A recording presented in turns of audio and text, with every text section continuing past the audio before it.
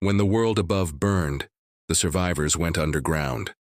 But the ones who stayed there too long, they changed. Imagine this: a state-of-the-art military bunker deep beneath the Nevada desert, built to withstand the apocalypse. It was a self-contained world, a steel womb designed to protect 300 of America's best and brightest. When catastrophe struck and the surface went silent, the massive blast doors sealed, and the clock of a new world began ticking. For 2 long years, life continued. They followed their schedules, maintained the systems, and waited for the day they could return. Then one day, a rescue team finally made it through the scorched earth. They reached the bunker, expecting to find survivors, heroes who had weathered the storm. But what they found was silence. The bunker was sealed shut, not from the outside, but from within. After days of cutting through reinforced steel, they finally breached the entrance. Inside, the air was still and cold. It was a ghost town. Food was left half-eaten on tables. Beds were perfectly made, as if their occupants had just stepped out for a moment. But every single person, all 300 of them, had vanished.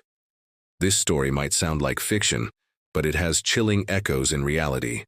Consider the Mount Weather Emergency Operations Center, a real classified U.S. government facility. It's a city buried in a mountain, designed to ensure the government continues even after a nuclear crisis. Declassified documents and insider accounts speak of drills where entire levels of this facility were sealed off, sometimes for decades. They were designed to be completely isolated.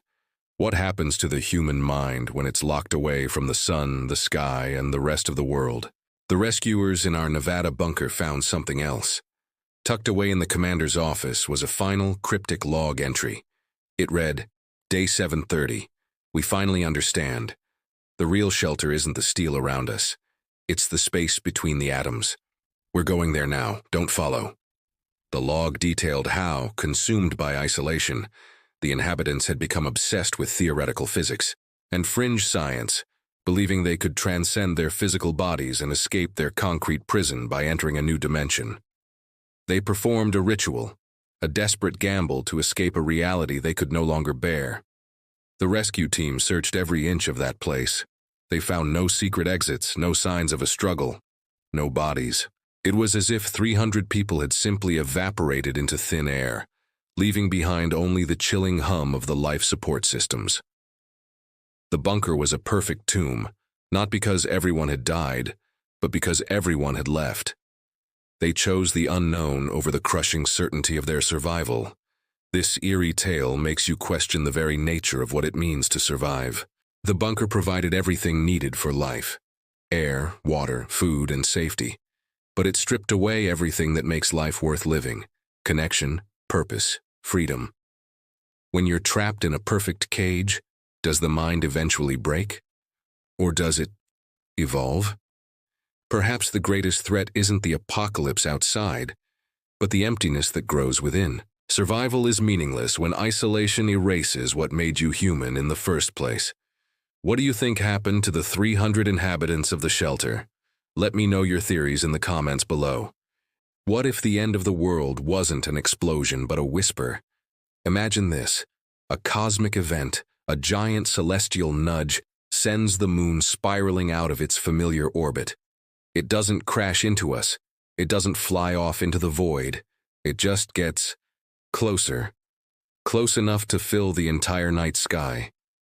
Panic erupts across the globe. Coastal cities are swallowed by monstrous tides. Earthquakes tear continents apart. It's chaos, but in the quiet corners of the world, something stranger is happening. In a small, snow-dusted town in northern Canada, the laws of physics are starting to fray at the edges. Survivors there whisper stories that sound like madness. They talk about streams and rivers suddenly defying gravity, flowing uphill into the forests. They describe time itself stuttering, skipping forward by seconds, then minutes, leaving everyone disoriented and confused. At night, through the windows of their boarded-up homes, they see them. Glowing, humanoid shapes walking silently across the frozen fields, their light pulsating in time with a low hum that no one can place. One survivor, a woman named Ilara, recorded a message on a crackling shortwave radio. Her voice was trembling. She said she saw the moon. Not just saw it, but felt its presence looming over her, so close she could make out the canyons and craters like wrinkles on a face. And as she stared, paralyzed, she heard something. A voice, not in her ears but in her mind. A chorus of whispers that told her a chilling secret. The moon isn't a rock. It never was. This sounds like pure science fiction, right? But here's where reality gets a little blurry. Have you ever heard of the Hudson Bay gravity anomaly? It's a real place, a vast region in Canada, where Earth's gravity is significantly weaker than anywhere else on the planet. For decades, scientists have debated the cause. Is it the result of ancient glaciers pressing down on the crust? Or is it something deeper? This anomaly has fueled countless online theories, whispers of hidden forces, massive unknown structures buried deep beneath the Earth's surface, manipulating the very fabric of our world. Think about it. We accept that the moon, a giant rock in the sky, controls our tides, influences animal behavior, and has shaped human culture for millennia. But we never question what it is. We just accept the story we've been told. Now connect this back to our story. The gravitational anomalies, the strange phenomena. What if they aren't new? What if the moon's sudden shift didn't break the world, but simply pulled back the curtain? Let's look at another piece of the puzzle. Total lunar eclipses. Throughout history, during these rare celestial events, people have reported strange, almost mystical experiences. A profound sense of awe, yes, but also feelings of unease, auditory hallucinations, and a perceived thinning of the veil between worlds. Ancient cultures didn't just see it as an astronomical event. They saw it as a moment of cosmic significance, a time when the gods or other entities could communicate with humanity. Are these just a product of superstition? Or is our collective consciousness picking up on something we can't explain? What if the moon is more than a satellite? What if it's a key, a regulator, or even a guardian? An ancient, impossibly advanced piece of technology, or a dormant, colossal being, placed in orbit to maintain a delicate balance on Earth. Its gravitational pull isn't just a byproduct of its mass. It's a finely tuned system, designed to keep something else in check. Perhaps those hidden forces beneath the Hudson Bay and other places like it are being suppressed, held down by the moon's constant, steady presence. In our story, when the moon is knocked from its perfect orbit, that suppression field weakens. The system glitches. Water flows uphill because the localized gravitational rules are being rewritten. Time stutters because the very framework of space-time, which the moon helps stabilize, is becoming unstable. And those glowing figures in the fields? They aren't aliens who have just arrived. They're the things that were already here. Prisoners or caretakers that were finally set free from their gravitational cage. The whispers Ilara heard weren't a warning from space. They were the moon's own automated distress signal, its system failing, revealing its true nature in its final moments of control. It wasn't telling her, "We are coming." It was telling her, "We are letting them go." This reframes the entire concept of an apocalypse. It's not about destruction. It's about revelation. The world isn't ending. Our perception of it is. The cosmic event didn't doom humanity. It just revealed the true landlords of our planet. We were never alone. We were just living in a carefully managed enclosure. Think about the implications. Our entire history, our evolution, our science, all of it took place within a controlled environment. We studied the laws of physics without realizing we were only studying the laws of our particular terrarium. The real unfiltered universe operates on a completely different set of principles. The survivors in that small Canadian town aren't witnessing the end of the world. They are witnessing the beginning of a new one. They are the first humans to see reality without the filter. The horror isn't that the world is being destroyed by chaos, but that the order we cherished was an illusion all along. The final, terrifying point is this. Sometimes the apocalypse doesn't come to destroy the world. It just comes to show us what was really controlling it this whole time. The moon wasn't just a light in the dark. It was the lid on a box we never even knew we were in. And now, that lid has been pushed aside. What do you think? Could a seemingly mundane celestial body be hiding a secret of cosmic proportions? Is our understanding of reality as fragile as a single orbit? Let me know your thoughts down in the comments. And if you enjoy diving into these mind-bending concepts, make sure to hit that like button and subscribe for more. Thanks for watching. Today we're diving headfirst into a concept that's going to twist your mind and maybe even make you look at the sky a little differently. Imagine this.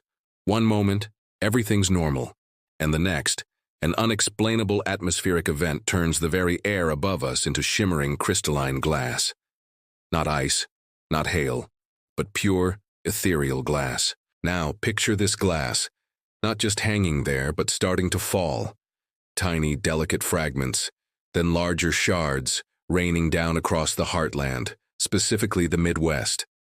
The sound, the sight. It's something out of a dream, or perhaps a nightmare. People are stunned, confused, and then quickly terrified. Where do you go when the sky is literally falling? Well, our story takes us to a local high school. A familiar sanctuary turned into an impromptu shelter for a group of survivors. They huddle together, watching the strange, beautiful, yet utterly menacing glass rain through the reinforced windows. Days turn into nights, and the initial shock gives way to a creeping sense of unease. The fragments aren't just falling anymore. Something stranger is happening. Outside, in the desolate landscape now littered with countless glittering pieces, the glass fragments are beginning to reform. They're not just dissolving or breaking further. They're assembling themselves.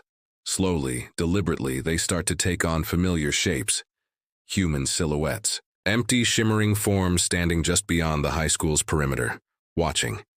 And it gets even more unsettling. The longer the survivors stay trapped inside, the more these glass figures seem to evolve. They don't just stand there silently. Gradually, faintly at first, then with increasing clarity, the fragments outside begin to imitate the voices of those sheltering within. Whispers, then murmurs, then full phrases, echoing the conversations, the fears, the hopes of the trapped humans. It's like a macabre echo chamber, but the source isn't sound bouncing off walls. It's the very glass that fell from the sky, mimicking their very essence. Chilling, right? What makes this concept even more fascinating, and frankly, a little more disturbing, is that it draws inspiration from a real-life historical event. Back in 1954 in India, something truly bizarre happened. During a storm, thousands of transparent, jelly-like fragments fell from the sky. It wasn't ice, it wasn't rain, and it wasn't anything readily identifiable. Weather services confirmed the phenomenon, but even they couldn't chemically identify what these strange substances were. And here's the kicker. Some witnesses claimed these fragments actually pulsed with light before they evaporated. Just imagine the confusion and wonder of seeing something like that. It begs the question, what else is out there that we don't understand? This phenomenon, whether it's glass or jelly, pushes us to consider a profound idea, a key point that underpins our whole concept. Nature doesn't end. It evolves. We often think of nature as this constant, unchanging backdrop to our lives, but it's always in motion, always adapting, always transforming. And in this grand, continuous evolution, humanity isn't always the final form. We might think we're at the top of the evolutionary ladder, the pinnacle of creation. But what if nature has other plans?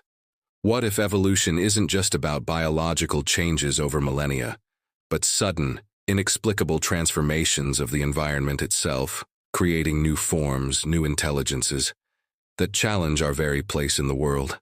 This idea of nature evolving beyond our comprehension, creating something new and potentially sentient from seemingly inanimate matter, like falling glass or pulsing jelly, is both terrifying and exhilarating. It forces us to confront our assumptions about life, consciousness, and the boundaries of the natural world. Could these glass silhouettes be a new form of life, born from an atmospheric anomaly? Are they merely reflections, or something far more advanced, learning and adapting in ways we can barely grasp? The questions this scenario raises are endless, and they push us to think about our own resilience, our understanding of the universe, and what it truly means to be human in a world where the very elements can turn against us, or perhaps simply change in ways we never anticipated. It's a reminder that the world is full of wonders, mysteries, and potential evolutions that could reshape everything we know. What do you think of this premise? Would you survive in a world where the sky turns to glass and the fragments start imitating your voice? Let me know in the comments below. If you enjoyed this thought experiment and want to explore more mind-bending concepts, make sure to hit that like button, subscribe to the channel, and ring the notification bell so you don't miss our next deep dive. Thanks for watching, and I'll catch you in the next one.